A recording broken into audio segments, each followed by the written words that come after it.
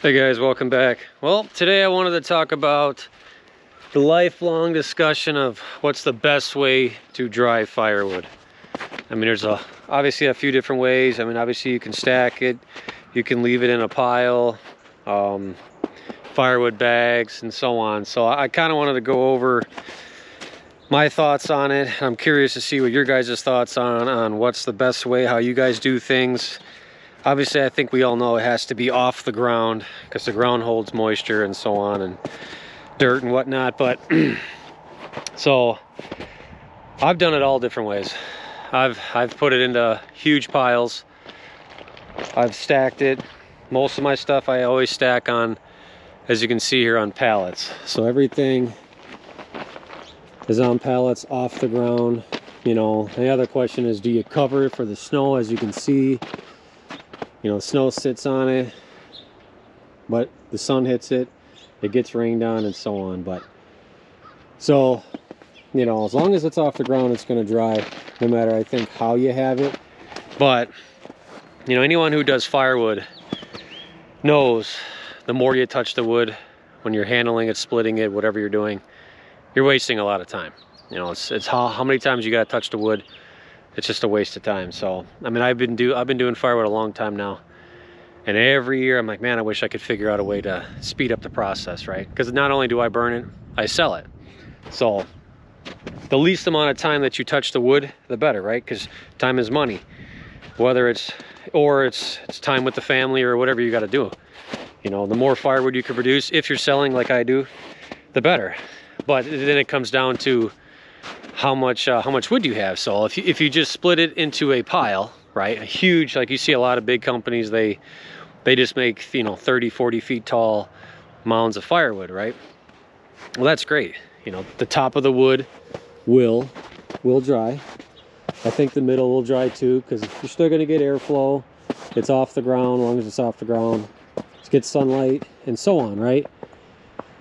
Is that the best way? So you're not touching it? But the only downfall I see to that is when you have to deliver it, right? Are you just scooping it with a big bucket and you're guessing that's a face cord? See, I don't like that. I mean, I like to know, like, if you stack it, right? Like this is stacked. I know each row that I have finished here is a full face cord. So if I have to load it, when I go deliver it, throw it in the trailer, I know that's a face cord of wood. You know, to me, being consistent with your wood when you deliver it, when they go to stack, because most people are going to stack it, they want to know what they're getting, that it's a face cord, right? So, but yet again, you're touching the wood again, right? So if you just use a conveyor when you're splitting and you make a monster pile, you're not touching the wood. But then say you're loading it into a trailer, are you just guesstimating how much wood goes in the trailer? Or are you stacking it in the trailer so you know, if it's a couple face cords they ordered or whatever it may be, right? I don't know. I mean, maybe this is just the battle that we all face that do firewood. You know, you're not only are you touching it when you're splitting it, unless you got a big processor, you're not touching it at all. Equipment's touching it. So, but then you got to figure out how much is in the trailer or truck when you go to deliver it. To me, being consistent with quantity, right? You don't want to think you have a full face cord or a full cord of wood and you're, I don't know, 50 pieces short. To me, that would matter, right? Most of my customers, they stack it, and it's either on, you know, one of those store-bought face cord racks, or they've been burning longer than I've been alive, so they know how much wood they're getting. So I've used, I don't know if you've seen before, but I've done the firewood bags, right? And there's many different companies of bags and whatnot, but so as long as, you know, it's off the ground, this is on the ground, but this is just my boiler wood, so I don't really care. But so I've done these for a few years now, and it does dry actually very well. It dries very well. It's kind of like a mesh material, so the air does get through it. It does get sunlight. I was actually pretty impressed when I started using these, but you need equipment for this, right? You either got to pick it up from the bottom or by the loops. And then with this baking in the sun, this doesn't last very long. So, you know, it's nice to have this if you have a conveyor set up, or even if it's standing next to where you're splitting, you can just throw it in. Don't have to stack it, you just throw it in and then you can move it, right? So that works too. But then you're going to need something to be able to move it, right? A tractor or a skid loader or whatever you got. Pallet jack, if it stays on concrete, that's nice too. So I'm curious to see what you firewood guys do, your boiler guys, because we're all into the wood.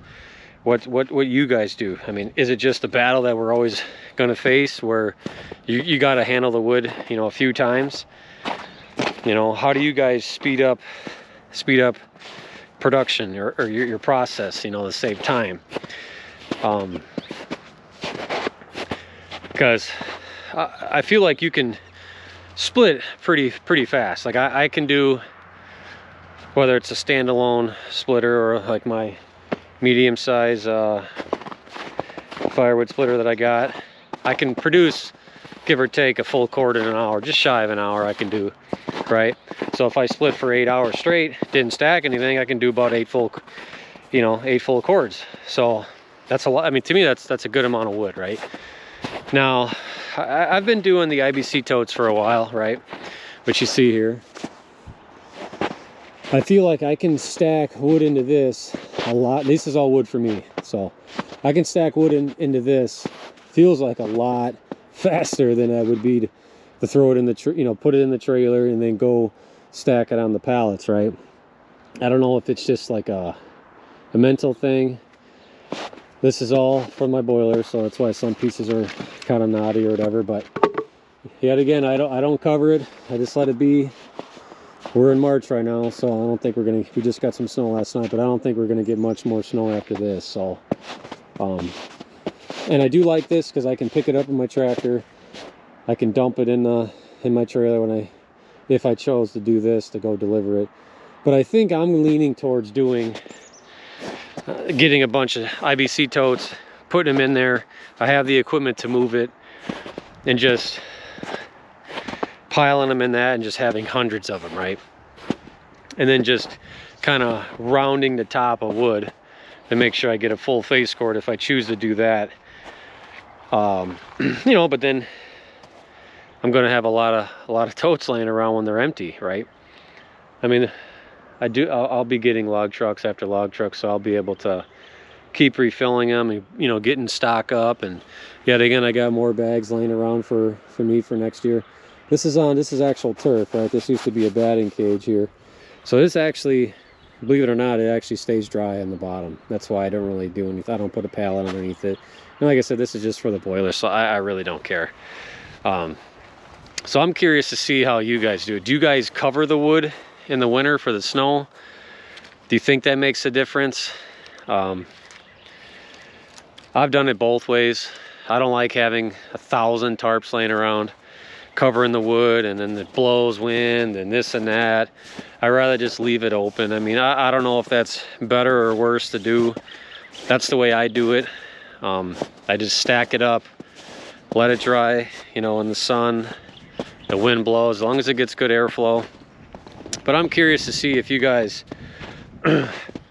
do something differently than I do to help save time, or do you think you just have to stack it, right?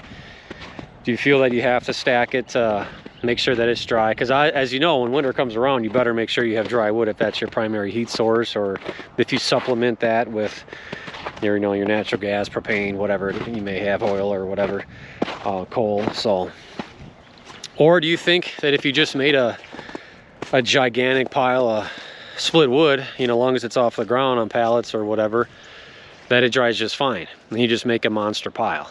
Do you think that's the way to go? You know, if it's I think that's okay to do if it's just your use, but for production wise to sell, I'm not a big fan of that. I think it looks cool, you know, they have a 20-30 foot tall pile of firewood, but I just don't think that's, unless you're doing like what a landscape company does. You just come in with a huge front end loader and you just big scoop it and you guesstimate, oh yeah, that's a face cord or whatever it may be. I don't like the guess when it comes to what you got to sell. I could be wrong. There's guys out there that probably do that and it works for them. You know, I don't do a lot of stacking when I go to customers' homes. I feel like that's time is money, right? Any of you customers that that if you guys watch this, that you wonder why you don't do it. I don't like bending over stacking stuff. I've had a bad back for years, and that's a lot of time wasted to me when I could be fly back, load up, and go deliver again, right? And anybody who buys wood is usually in okay shape, right? Because you got to handle the wood no matter what. So, and I'm just not doing that. I used to do it, not anymore. Maybe one day I'll hire kids and they can go stack. I mean, I can't say that I don't do it. I've done it. But, you know, if it's a face cord, sure. But I do sell, you know, a lot of 2, 3, 4, 5 full cords of wood that I deliver in my big trailer. I'm not stacking that. I'm just not doing it. I don't even care if I charged double to do it. I'm just not doing it. So, but no, like I said, I'm curious to see what you guys think. Is it just what we got to do? Is you just handle the wood a couple times? You got to stack it on pallets or however you do it. Some type of racking system that you guys do. Is that just the battle that we got to face with firewood? Is they're just handling it, you know, 1, 2, 3, 4 times? Or is it okay to just make huge piles and then you got to figure out how much wood that you have when you sell it, or what your inventory is, you know? So I'm curious to see. It's sounding like a broken record, but what will you guys think, you know? Because every year, this time of year, I'm like, man, you touch the wood so many times. Like, I feel like you just waste a lot of time. You know, obviously, you're not going to become rich off of selling firewood. You're just not. I mean, if you got to buy the logs, which I think most people do from the loggers, there's a cost there. Whether you're doing it by yourself or you got a group of guys, you got to pay them, right? And we're not handling gold, okay? It's wood, right? I know different markets you can charge more. You can charge more for species. I really don't separate my species because it's a lot of time there. Yet again, the separating, you know, you're always going to have a couple sticks or a couple logs that are intermixed. So I always sell all my stuff as mixed hardwood, right? The only thing I'll separate is wood for me. I do a lot of tree jobs, obviously, so I'm cutting down a locust tree or an oak tree. If it's good locust or oak, I'm keeping that for me. Once my stock is up, then all the rest will be sold. So that's the only time I separate my wood. Down the road, will I separate more species and charge more? Maybe. Like your cherries, you know, your stuff like that. So, but getting back to what I said, firewood. So how do you guys do it? I follow a lot of guys on YouTube and online, and you know, I think we all stack it, so we're all touching the wood again, you know. Like I said, is that just the battle that we face, or can you just make a monster pile? I mean monster pile, and just keep making them, and that's okay too? I mean, I don't know. That I just don't know. So I'm really curious to see what your guys' feedback is and what you think works and what doesn't work, and you know, should you cover the top for the snow so the snow don't sit on it, or do you just let it be? You know, same thing goes with the pile. Do you feel like it dries good? I haven't done a comparison on just making a pile and checking it out. Is the bottom, to me, my thoughts are, if you made a 20-30 foot, you know, pyramid style firewood pile, that the middle to the bottom, right, is going to stay damp, right? It doesn't get sunlight. Will it get airflow? Maybe. I think a little bit. Is it going to have more moisture than the top? If I had to guess, I'd say yeah, right? I mean, I think that's common sense, but how much more moisture? Is it still going to be dry enough and have a decent quality to sell, to burn? You know, if you're burning in a boiler, it probably doesn't matter, right? If you have a conventional boiler, my gasification model doesn't really like wet wood. Can you mess with the settings to have it burn? Sure, but you got a lot of condensation in there, but I'm not going to get into that. That's a whole different thing. Do I throw some stuff in there like that? Yeah, sure. But you can tell the difference, right? So, but no, I'm curious to see what you guys do. I mean, every year, like I said, I go over this. I'm like, man, you just touch the wood so many, and I hate stacking wood. I absolutely hate it. I love making it because it's just making money, right? Or making BTUs or heat to heat the house. So in that aspect, you know, I love splitting wood. There's something about it that I just love. You know, if it's dead wood, you know, tree damage in a storm, it's better than letting it sit on the ground and just rot away and go back into the earth. If you can utilize the wood, it's better for the woods to be clean of dead wood. So that's why I love making it, and I'll continue to do it. Eventually, that's probably all I'm going to do is firewood. That's down the road. I love cutting trees and getting out there ripping saws. So and that's my primary gig, obviously, and I love that. So I know you guys want to see a lot more tree work. It's just, so we're always on the move, and I know for a fact I'd be smashing my cameras, and I really don't want to do that. And it's dangerous work, so that'd be the time that something bad happens. But occasionally, you know, if we're dropping some 100-some foot tall tree, I'll record it, you know, if I'm doing some stuff around the property here, maybe. But I got some huge trees coming up that I got to drop, and when I say huge, I mean like 160 foot tall. To me, that's big. For around here, that's big. Middle of the woods, sketchy stuff, but that's what we do. So I may record some of that so you guys can see it. But getting back to what I was saying, so if you want to see some of that, subscribe, because I'm gonna have, I mean, tree season is gonna get real busy here real soon. So, and but you know, I got some cool stuff coming up. I got some stuff that I'm gonna have coming into the wood yard here, so it'll be a couple months away. Everything, you know, it's taking a while to get built and so on. So if you want to see some cool stuff, stick around. So production's gonna go way through the roof, so I'm excited. It's been on my mind for a while, and I decided just to pull the trigger and do it, so that'll help. But yet again, you're still touching the wood, right? So but yeah, like I said, comment down below, let me know what your thoughts are. Did anything I say not make sense, you know, as far as the totes, the bags, stacking, having it covered, having a huge pile? I'm really want to see, you know, what you guys think, how you guys do it, you know, or if I'm just, that's just what we got to do. So yeah, as always, keep earning.